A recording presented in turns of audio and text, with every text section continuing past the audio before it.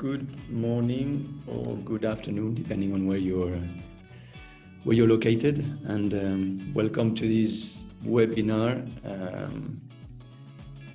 in which we want to explore a bit how to combine two popular technologies these days that are solar and storage. We're going to do this in English because we have a lot of non-Spanish speakers. However, happy to discuss this with anybody that wants to do it in Spanish afterwards. You can call us for that, and we'll be available. So here today,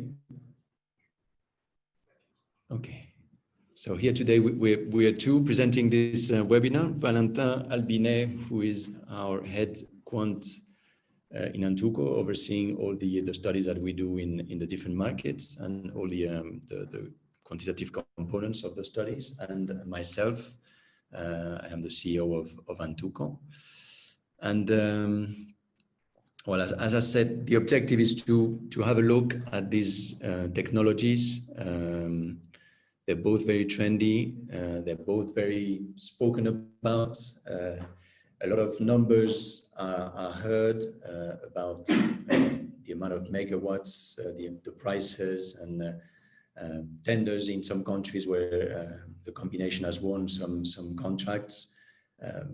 But ourselves as consultants, we are also very often faced with a lack of real concrete data, and that's what we want to transmit today, and try to give you a clear image of what we see in terms of pricing and in terms of opportunities for this combination. No?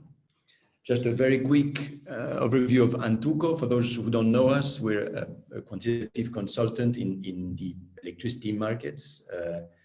We were born in Chile, and then we migrated to Mexico and now to Spain. And from all these countries, we cover the neighbor countries. What we do, I mean, the quantitative consulting is based on long-term forecasting of electricity prices. That means forecasting energy prices at hourly level for all types of technologies and especially renewables. From these long-term forecasts, we provide some other products, mainly revenue studies for these power plants that we normally do for either developers or lenders, banks mainly, that want to finance or are looking into financing projects that are either merchant or either have some type of PPAs. And that's why we have the third point that we call here PPA structuring and risk analysis. Which means that we do a lot of calculations around PPAs and around the risks that are embedded in those PPAs. And then we do some more hybrid or aggregation studies. One of them is PV storage and PV hybridization that we're going to talk about today. And some other studies that we do is also aggregating some more technologies like solar plus wind plus hydro or plus gas, and see how that looks at a portfolio level. No? So these are the type of studies we do, and as I mentioned, we're in a variety of countries, and well, this is a quick overview of some of the clients we worked with in the past. Now entering our subject, which is PV plus storage. Here we want to show you, and I'm going to show you that on this. Here gives you a link to a Wikipedia site, which is quite interesting for this purpose. And I'm going to show that to you if I find it.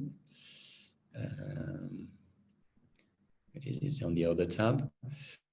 So it's a list of all the energy storage projects, which is updated. I mean, it's not super precisely updated, but it is updated. And you can choose here by the type of storage that is available. So in some cases, it only says battery, and in some others, you have some more detail about the batteries that are used.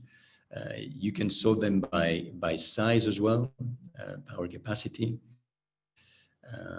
And you can see, I mean, all the projects that are currently in operation around the world, and it's quite interesting to look at these and see what the where the big ones are. No? So for example, if you look at this and go the other way around, you see that the very big ones, one in Germany, one in the States, one in Spain. In this case, it's a molten salt project, and etc. No? So this is a reference that is embedded in the presentation that will be sent to you, and you can have a look at it.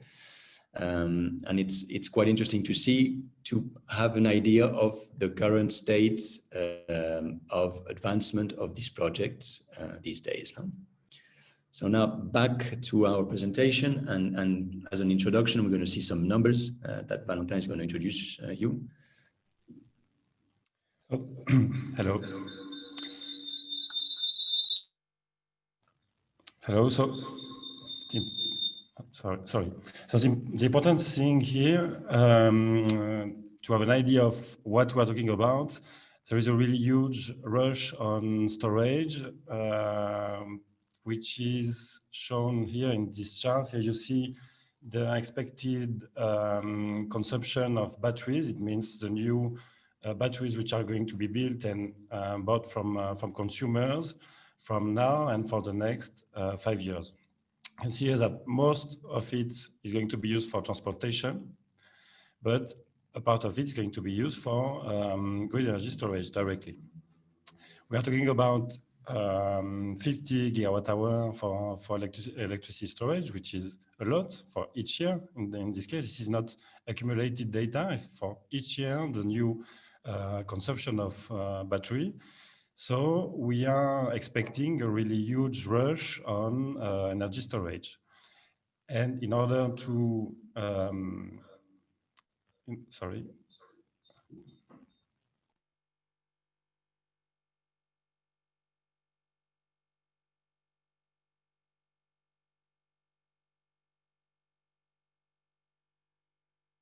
So in order to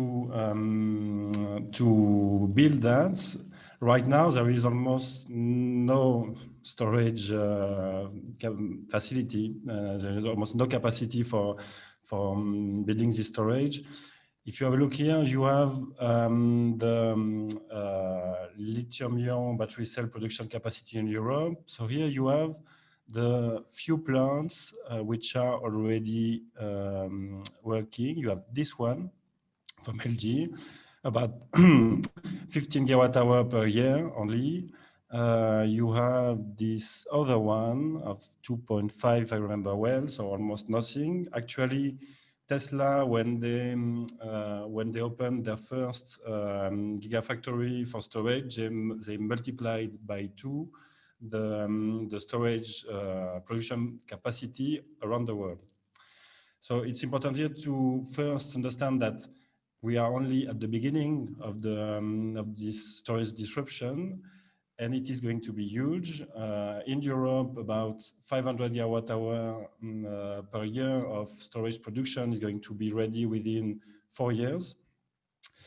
And if we only have a look on Tesla, which always have some big dreams, huge dreams, they are planning to build, to be ready to build up to 3,000 gigawatt hour per year of storage for transportation and also for grid regulation, and for our case right now.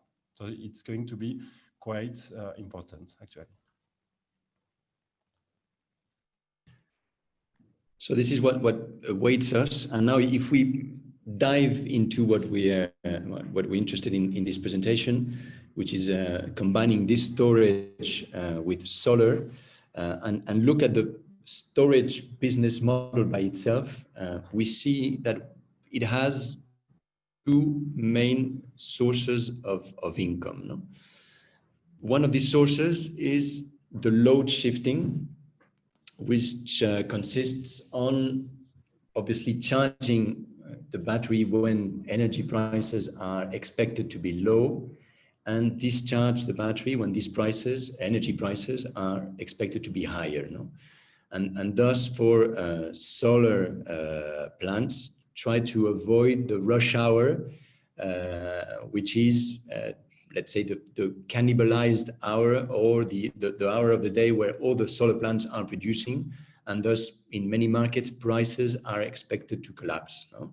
of course, it is of every solar producer to try to avoid these hours and to displace its generation, its production to another more profitable time slot, let's say. No, so that's one part of the income source of the storage business model, and the other one is system services, no, which here for our comprehension we're going to divide in like two sets.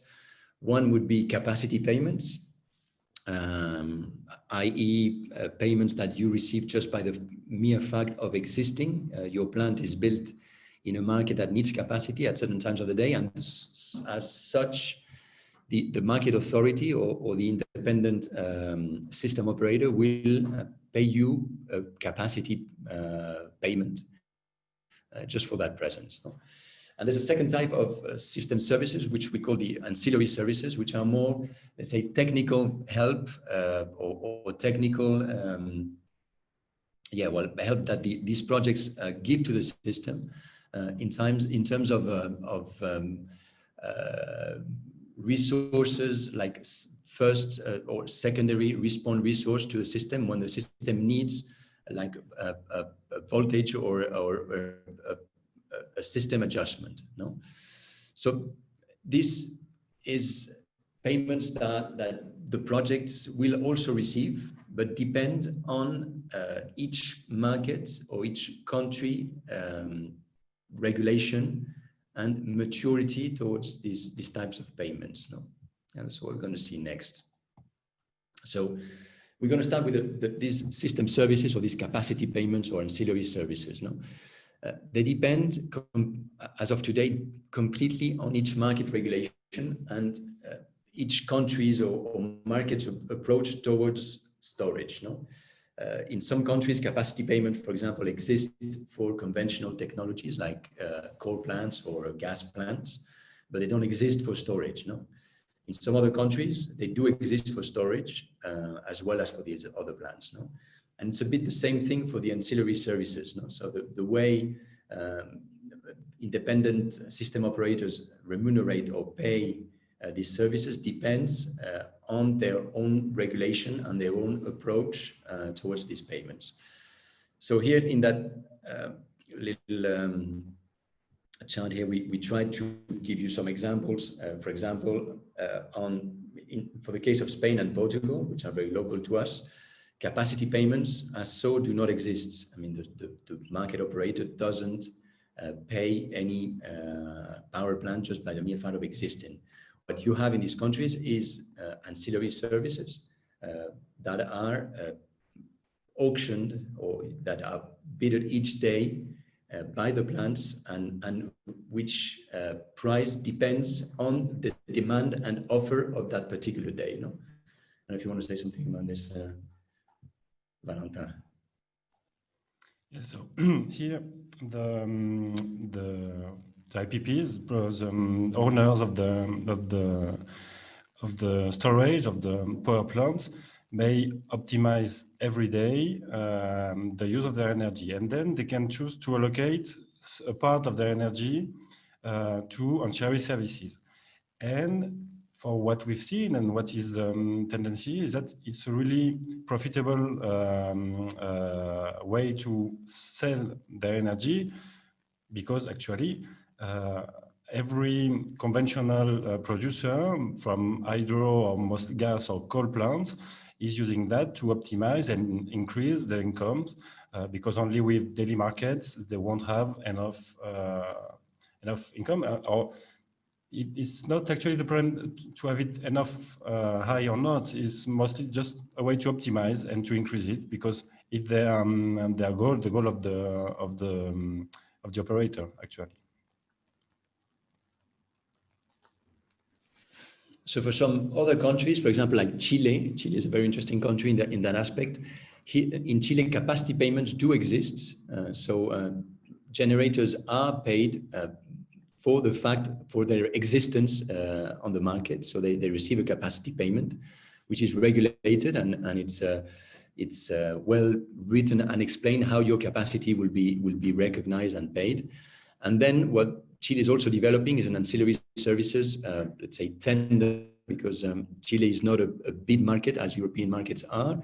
But in terms of ancillary services, it's starting to develop a tender approach to ancillary services where all the plants could participate and offer these services and bid for the price they're ready to accept for these services. No?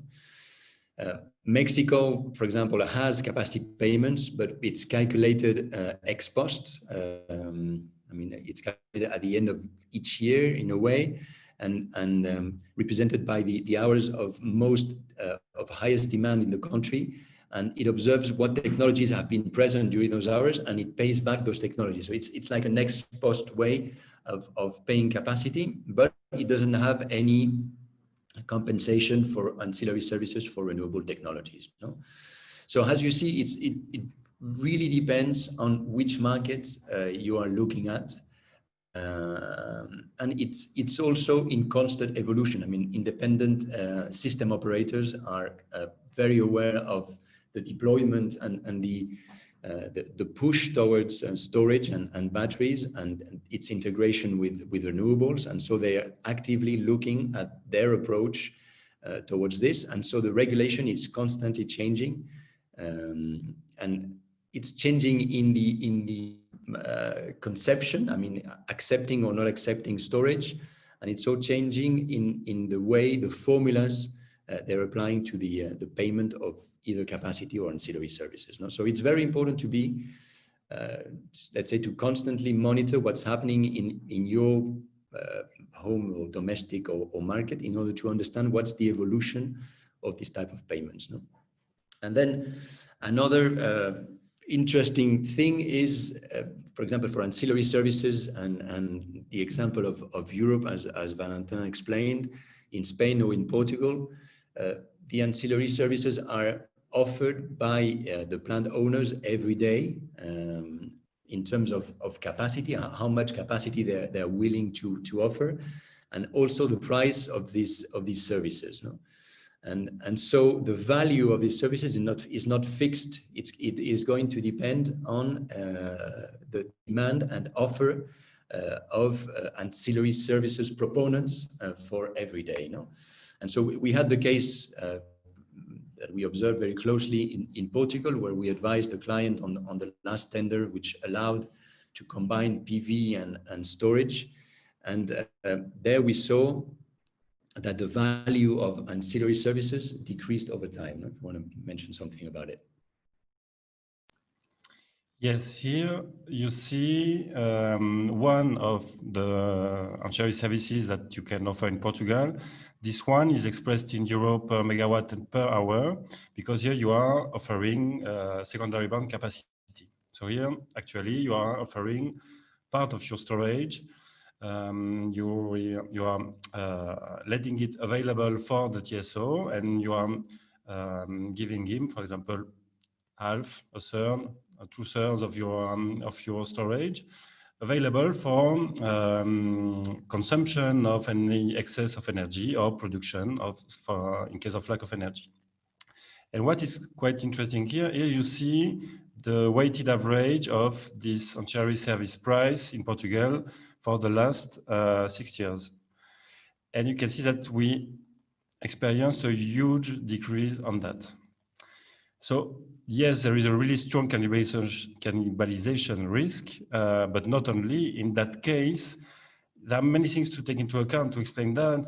You can see it decreased because there is more offer, of course, but it also decreased because the offer changed, because commodities price decreased also. So there are plenty of factors to take into account when you are thinking about ancillary services, because it's a really complex market with a lot of competition also. You will get paid depending on the countries, but you may get paid for what you offered and not the last price. So it's quite complex with a really, really strong cannibalization risk. And we already seen that in UK, for example, with the first storage, or in Australia. When the first storage is arriving, the price is collapsing really fastly because storage is providing the best services of the market, and they are winning everything. So there's really, really strong risk, and even before storage, actually, this is what we can see here. So yeah, so going back to this, so ancillary services and capacity in general, I mean, consists on offering a part of your plant for the independent system operator to manage and to use in order to balance the system offer and demand and the tension of all the system, let's say, in a way, no? So you cannot use the capacity yourself. You give it to the to independent system operator, and you get paid for that, no? But what we are seeing here is that the value that you receive is not a constant. I mean, it is going to depend on the market situation, as we say here, and Valentin corrected, it's not only cannibalization, it also depends on the price of commodities, because historically all this capacity or ancillary services were provided by, let's say, gas turbines, and so it was dependent on the price of gas, no?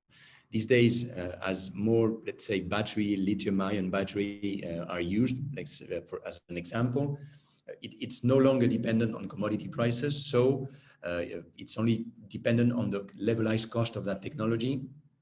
And so it is much cheaper, no? So, and here we're finishing with the system services. So one of the two incomes you can receive with a business model based on storage are system services. Of two types, capacity and ancillary services. So it depends on the countries, and they're also variable. I mean, they're not constant over time, and it's very important to try to assess well the value or the expected value of these system services that your storage could provide in the future, no? So this is the first part. Before we go into load shifting, just as something I forgot to mention, this whole presentation is going to last 1 hour.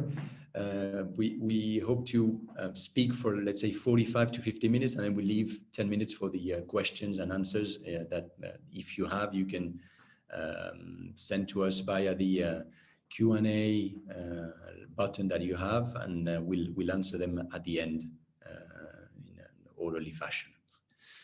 So now we go into the second source of income, and which is perhaps the most visible one, the load shifting, which, as I said, consists in trying to move away from depressed hours and move towards more profitable hours. No? So we put this little dot here because some years ago it was said that hourly profiles of energy prices were going to move to a duck shape, and I think we more or less reached that phase.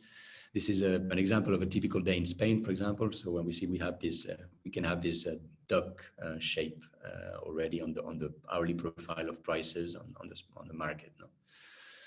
So as I said, the idea here is to trying to move away from these hours where all the solar projects are generating and more will be producing energy in the future, and try to displace your production and release or load your storage in more favorable hours, mostly in the peak hours, in the evening. People are at home watching television, putting on their washing machine, etc. And so energy prices are currently higher in these hours. No? So this is the model, and what we need to look at here is the price gap between the hours that we are avoiding and the hours that we are trying to capture, and see if that price gap, that price difference makes a financial sense. No? And how will we know if it makes a financial sense?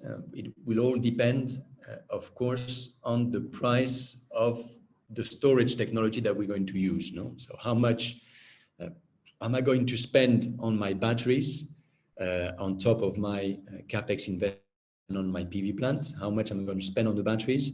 And is that cost of the batteries going to be repaid by the difference in price between these 2 points, which is what I'm expecting to receive during the lifetime of my batteries. No? And so this takes us to the price of batteries. So here you see first a forecast of capex for lithium-ion battery from two different sources. So first, we see that a really strong decrease that we all heard about. A strong decrease which is going to remain and continue within the next years.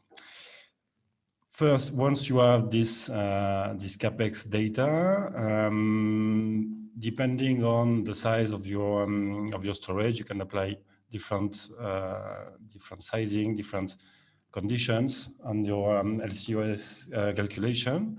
In that case, because it's okay with this capex data, we consider 4-hour storage with almost 1 cycle per day during 10 years. This is for the use of storage because it's going to lose some capacity within the years. Cycle efficiency of 90%, some OPEX, taxes and financing costs. And we obtain this forecast that you can compare with some LASAR data. Actually, this morning, LASAR just published their new report on LCOE and LCOS. Here you have a link to them. I strongly recommend to have a look on that.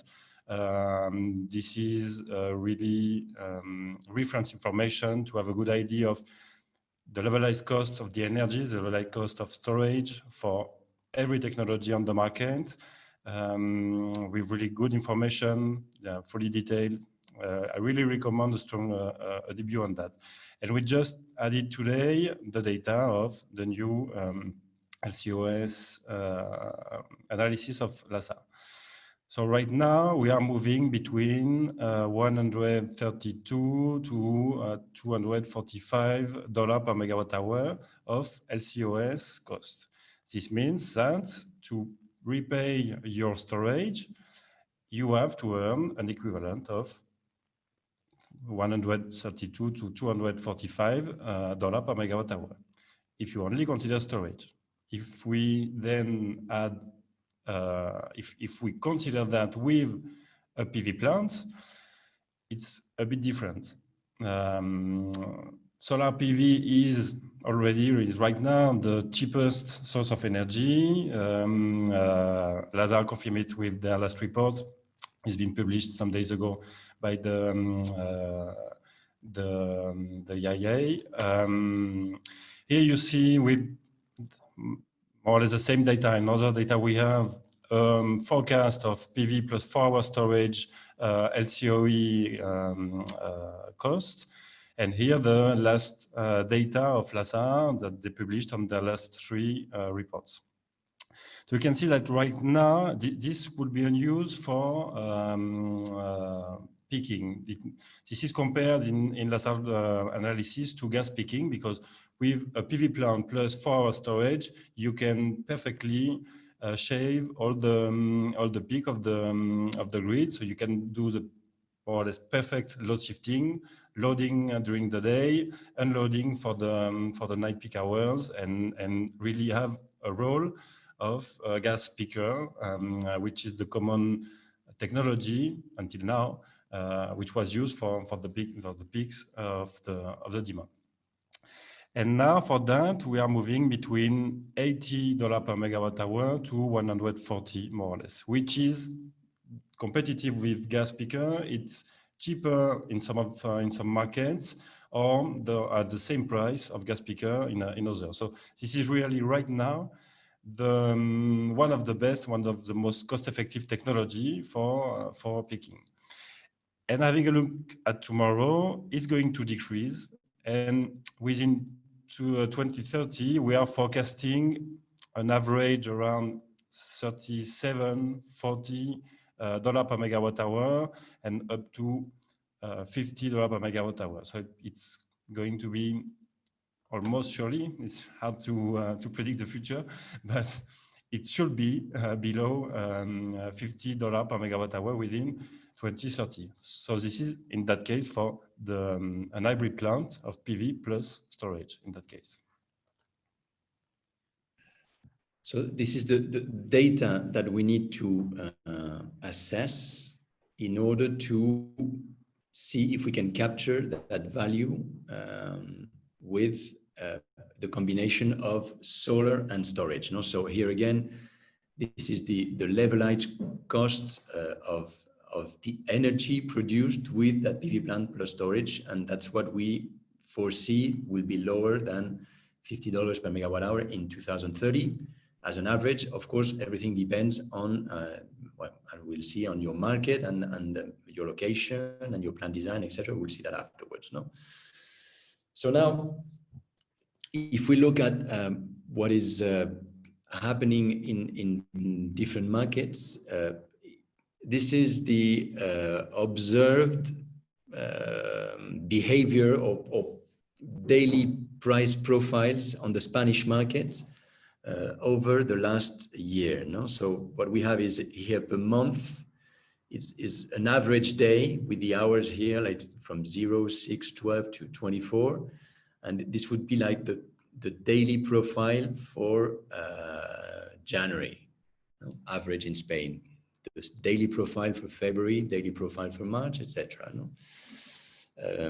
And what we see is that we have a shape even today where there are like two peaks, one in the morning, one in the evening, and then there's like a valley, a drop in between, which corresponds to a mix of the mid-afternoon, let's say, activity slowdown, and also more or some renewable or some solar injecting in the market as well. No?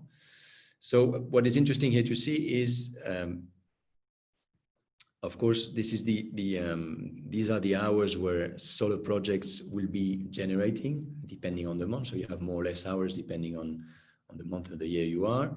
But as we see, they almost always coincide with, not always, but with low prices, no, lower than during the peak. No, for example, here you have lower prices than later in the evening, etc. No, so obviously the idea with storage would be to try to move away from these hours, at least during a certain number of hours, 2 hours, 3 hours, 4 hours, parts of or all of your production, to move that towards some better timing of the day, is this peak here. No, and as we said, well, we didn't say that, but that this is, well, let's say, it could be an estimation worldwide of the solar levelized cost of energy. Here we said 25 euros per megawatt hour, which could be equivalent to $30 per megawatt hour. I mean, it's of course it depends on markets. In Spain, it can be a bit more expensive, but well, we just use it here as a reference. It's interesting to see that, well, with if you, that's your LCOE, and if you go purely merchant, most of the time, except from really spring months, you're above. I mean, the pool price or the spot price is above your LCOE, and thus you would be making money, no, out of that. If you could finance your power plant at merchant, obviously, which is a big if, no, as I'm sure you know. But now we've squeezed the graph in order to see another scale, and the scale is to add more here in order to put ourselves at 85, which is the levelized cost of energy of a PV plant plus 4-hour storage, as we have just seen with Valentin on the Lazard estimation and of the cost, of the current cost of that technology, of that combination, which is at its cheapest today around 85 euros or dollars per megawatt hour. So in this case, obviously, if you're building that in Spain, clearly your cost is well above your income expectation, and so this would be a nice money wasting machine because you'll be generating energy at a very much higher price that the price at which you can sell this energy into the market. No, so you'll be losing money. So as of today, obviously, it doesn't work.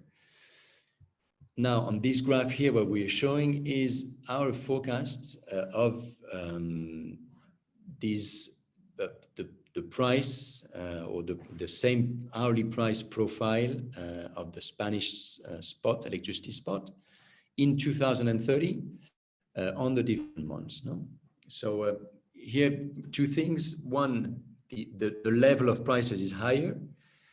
And it's more volatile between day and peak. No? And this is mainly due to a big penetration of renewable and mainly solar into the Spanish system. This penetration will obviously drive prices down during the day because a lot of cheap or cheaper energy would be available during daytime. And so offer its production during those hours, and this will drive prices down. And then in the evening, when all that solar energy is not available, we are back to thermal alternatives like gas, and this is linked to the gas price, which is supposed or forecasted to be higher. No, so that's what generates this big difference, or this bigger difference between day and evening. No? And if we now take into our analysis the expected price of generating 1 megawatt with solar plus PV in 2030, according to our projection based on the Lazare figures and the cost of the estimated cost of all technologies, which is on 50, let's say, euros per megawatt hour. Well, here it seems that there could be a business case. No, I mean we are, let's say, straight in the middle, more or less, of these variations. You could capture, you could avoid these valleys here and place part of your generation up there. And if on top of that, some capacity payments or ancillary services could be forecasted for Spain, eventually there would be a business model to be studied on that case. No? As we will see further on, this will all depend as well on your design, your location, your specific engineering of your plant, and your expected captured price individually on your particular plant. No? If we now move to Mexico, just to have a look at this is the same observed daily profile of prices in one node in the north of Mexico, where all the solar plants are currently, or most of the solar plants are currently developed. Well, we see that as of today, we have a very, let's say, particular profile, very depressed months, and then, well, some different months more towards October to December with a higher volatility. You know? But well, in global terms, without entering into detail of that, if we said that as of today, the levelized cost of energy was $80 megawatt hour, obviously this wouldn't work. And if we're having a look at the future at that same node with our projections, that our price projections for that node in, again, 2040, we see that here the volatility is more marked towards same as what I mentioned before for Spain, cheaper prices during the day, higher prices in the evening and night. But here, due to the huge amount of thermal energy available in Mexico, these prices do not rise to a level that's sufficient, or do not seem to rise a level that's sufficient to make it economically interesting if we assume that same $50 per megawatt hour LCOE. You know? So this would be a no-go for Mexico. No? And now if we move to Chile to have another view, this is again current situation, observed prices, profiles for each month. Let's remember that Chile is the other way around. So summer is in January, well, summer is January to March, and winter is July, August, etc.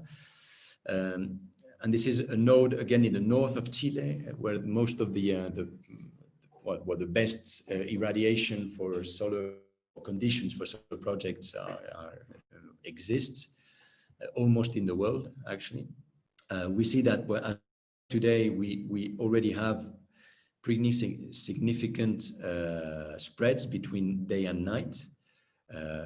And they are directly due to the amount of renewable plants that exist in this market and that are injecting during the day, and the need at night to ignite some thermal conventional plants in order to supply the demand at night. No? But here again, we said the current LCOE was around 80. That wouldn't work in Chile either, even with these nice conditions. But if we look at the future, we see that if we assume an LCOE of 50 for our PV plant plus 4 hours of storage, here there seems to we seem to have a clear business case. So here actually the situation in 2030 is expected to be quite extreme, very extremely low energy prices during the day and extremely high at night. So a very big volatility, a very big spread between 10 here and almost 100 on any given average day in February 2030. So this spread is very interesting, and that this is what will pay back, let's say, the storage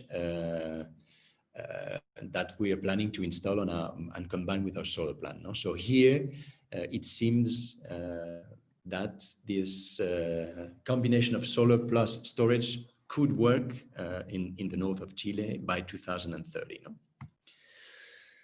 So summing up a bit what we've been talking about, two sources of income, as we've just seen, load shifting is the first one, but here you have to be very vigilant, precise in the analysis of exactly what is the expected cap spread that we are looking at in our particular location with our plan design, and what is the frequency and duration of that situation. I mean, does it happen every day? Is the spread big? Is it the same in January as it is in November?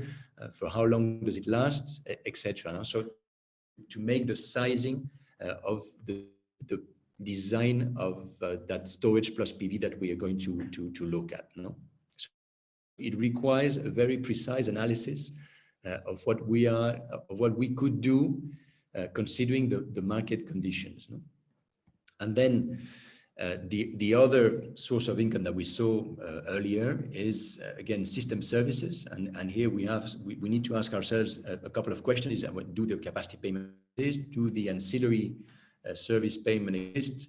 And what is the expected value of these ancillary services? Remember the example of Portugal, where we saw that the price of these ancillary services really collapsed in 5 years' time, which is a short span for that, let's say, decrease in prices.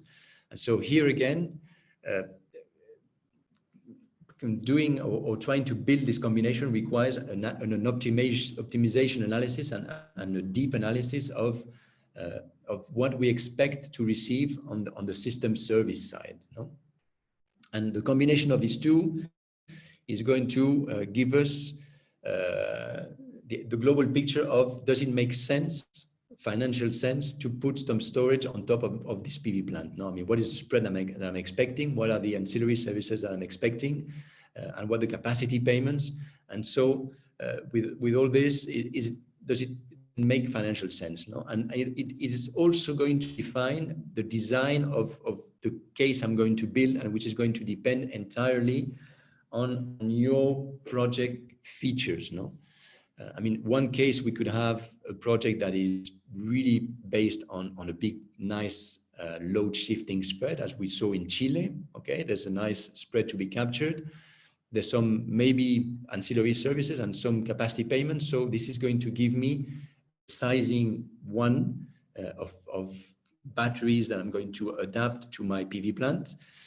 Whereas in another situation, another country, another plan design, another regulation, I might have this situation where the spread is minimum, but I have some nice ancillary services and some small capacity payments, and this is going to give me a completely different sizing, which we call sizing 2. No? So, and here we're going to see some examples that are taken from the lab report that Valentin mentioned earlier. So here we see first an example from Texas, the value of the stacking of the revenue stacking for storage in Texas. Here we see three different sources of incomes. And first, what is really interesting here is that spread, the load shifting is the smallest part of this stacking revenue.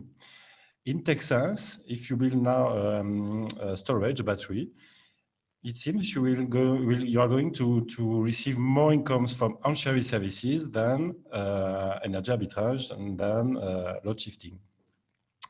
First, this one is it's some reserves, so like a secondary bond reserve for the similar service in Europe. So here you are offering the capacity of your plant. You are going to be deployed only if they need you as a reserve for loading or unloading your storage. And this one is more classical, usually reserved to the frequency regulation. It's usually reserved to hydro plants, large hydro plants to do this frequency regulation. And in that case, they've been earning some money from that. And the other example we had from Lazar was from Australia, another leading market for storage. And in the case of Australia, you are going to get more from energy arbitrage, from the spread, from the load shifting of your storage. In that case, ancillary services only represent a third of the revenues. So in that case, it's true that, for example, to come back on the sizing example, in that case, you are surely going to look for a large capacity for your storage with relatively low, I say relatively,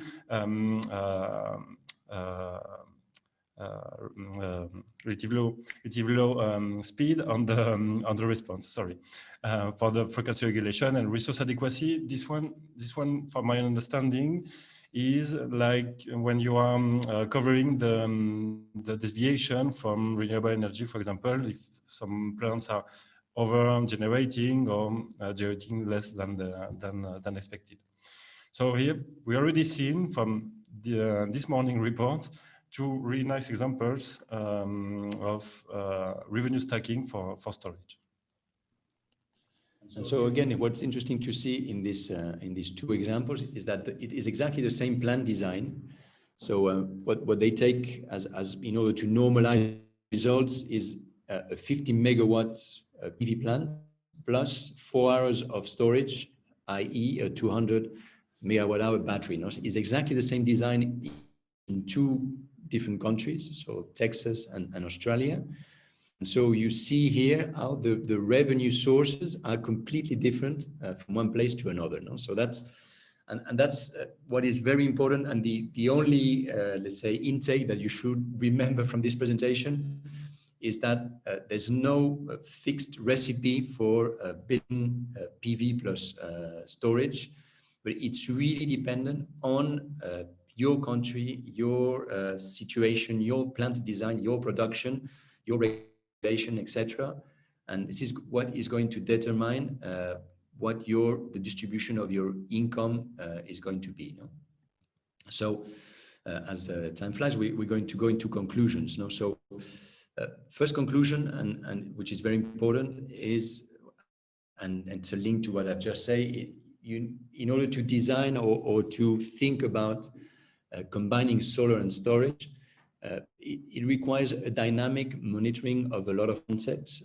And one of them, of course, and the basic one, is the capex and levelized cost of storage. And where in a world of electronics, a disruption is highly possible. No? So this is a picture from the Tesla event, Battery Day, which was less than a month ago, where Tesla announced, this is Elon Musk here, they announced a new cell type with a round design and where they could pack more cells into the same volume of battery, and thus multiply by 5 the energy by 6 the power, and by 16, and that's 16% on the range, no, of a vehicle in that case. But that battery, of course, can be used for energy storage as well, no?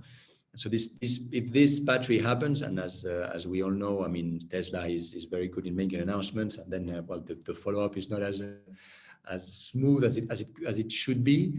But if this technology happens, obviously it's going to impact a lot the levelized cost of storage, and completely change the figures that we showed you before. No, so it's very important to keep track of what is happening on the costs, obviously, and it seems obvious, but it's it's very I think basic to keep track as well of what is happening on the regulation changes in your markets concerning capacity payments.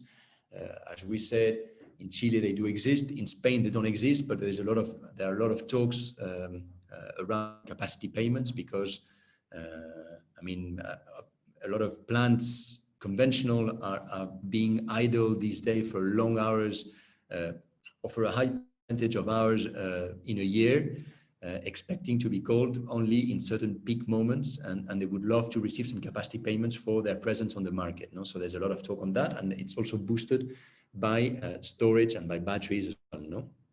Same thing happens on ancillary services. No? We saw a lot of markets where it's a bid mechanism, where all the power producers that have, let's say, the features to provide these ancillary services bid for their capacity, and you have to be following what happens in terms of regulation, what type of plants, I mean, this has been a conversation in Chile, for example, what type of plant can participate into ancillary services. I mean, can solar plants participate or not? Can wind plants participate or not, and why, and what features do they need to build into their design in order to be able to do that as well? It's important. And of course, the expected value of these ancillary services. I mean, we saw before in Portugal, the price of ancillary services has collapsed. In Spain, we have more or less the same dynamic. I mean, prices have gone down, and they're expected to go even further down when more and more storage comes into the market. Obviously, there's a cannibalization effect here, and it's going to push prices down. No? And obviously, I mean, the main, we say it's the main thing to watch because it's the most, let's say, visible way of a source of income that a lot of developers see. It's the spread again between solar injection hours and peak prices. And so here you have to, and this you have to be watching very closely and precisely what the expected capture spread is in your particular market, in your particular node. If you're in a market that which is a nodal market, you have to be extremely precise on this calculation. No? And this calculation, I'm going to the final slide, will depend a lot on your individual project, on your geographical location, on the solar radiation you get on your particular KMZ of your location, on your plant design. I mean, it's going to be a very different situation if you're depending on your DC-AC ratio. I mean, you could build a higher ratio and then have a lot of, let's say, idle power that you can use to store, versus the amount of energy you transmit directly to the grid. Is your design going to be fixed? You're going to be using trackers, and you're going to use bifacial technology, and this is going to give a very particular production output for your plant.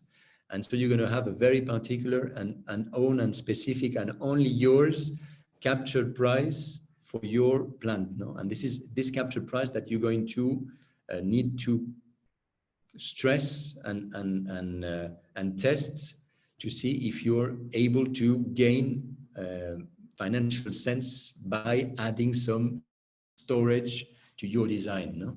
Does it make sense to add some storage to my individual own design of my plant with my production specs and my expected capital price, no? And that's the analysis that you need to do.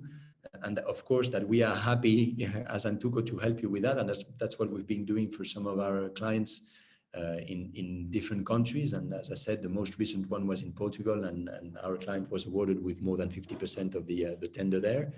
It's very important to do that design. And the last point is, everything depends also on your IRR expectations. I mean, obviously, if you expect an IRR globally for your project of 15%, it's not going to be the same design and same layouts as if you're expecting something around 6%. No, so I mean, again, there's no fixed recipe, and it's all going to depend on your market, your regulation, and your plan design. No? And we are happy to help you for that. And at the end of this presentation, here you have the contacts of the different business development representatives of Antuko in different parts of the world, in Chile and Mexico and in Spain. And we were more than happy to help you with this and all these studies and all this design.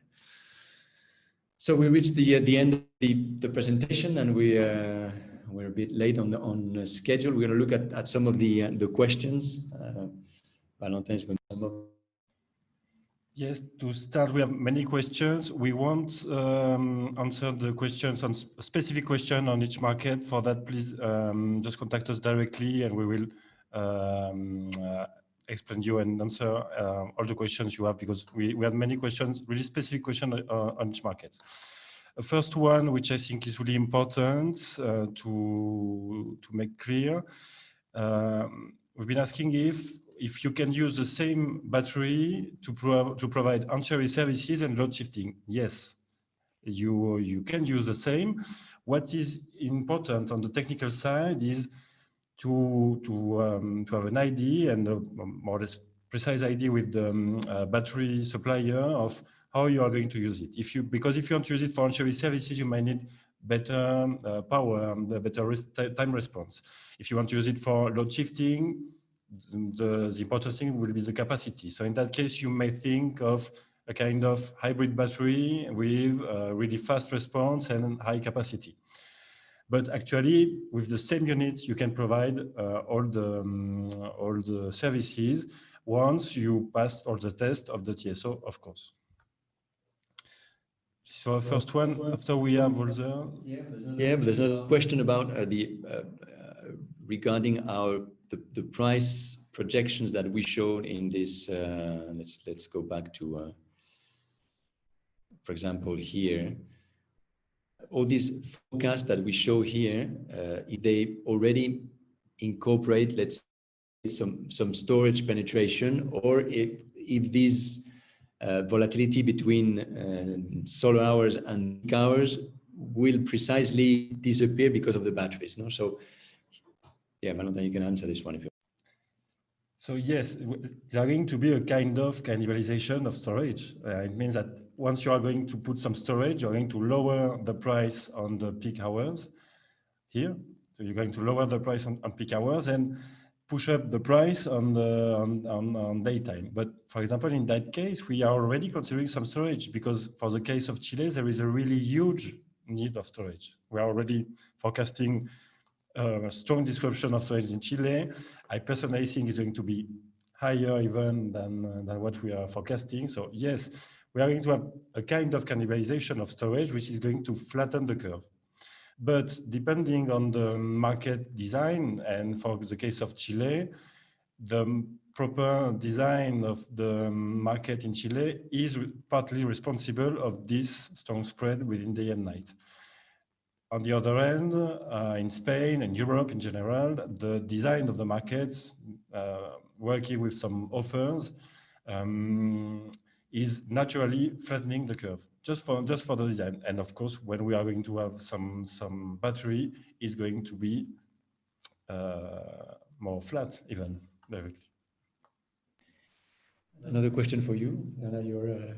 So they are asking the question that asks where can we see some economies of scale by developing solar and batteries together in a project? in one specific project? Is there some economies of scale to be gained there? I think yes, of course, you may save some money, some time by doing it together. I think the best way to save something right now will be with the DC coupling. It means that you are going to connect your storage on the DC side, your battery on the DC side of the plant, the same side of the solar array. And in that case, you can save some money on technical parts, and mostly you can also use some clipped energy, the energy you wouldn't be able to inject due to the due to the other side of the DC part, for example. So in that case, yes, you can save some money and use this kind of free energy that you were willing to lose without your storage. But right now, there is almost no inverter available, large inverter available for that. There is almost no offer on the supplier side. There is almost nobody which is able to offer you some storage to be connected on the DC side of your plant. But I deeply think this is going to happen because you can save some money here and optimize your PV plants. And you optimize it also on the energy side, because if you don't have to switch from DC to AC, you are saving some losses also. So there are many things to get here. It is not available right now on market, or almost not available. But I think within 3, 4, 5 years, I'm pretty sure it's going to be available. And we take a last question, which is, how do we see this battery competing with eventually hydrogen in the future? Well, hydrogen is still a very big question mark. I mean, the technology, there's a lot of debate these days about the technology and actually which way to go. It's not clear at the moment, and the levelized cost of storage with hydrogen is still extremely high, and there's not a clear path towards one, the technological solution, and two, its price. No, so it's very difficult as of today to make an estimation on either what technology or when will it be, let's say, competitive in comparison to batteries. No.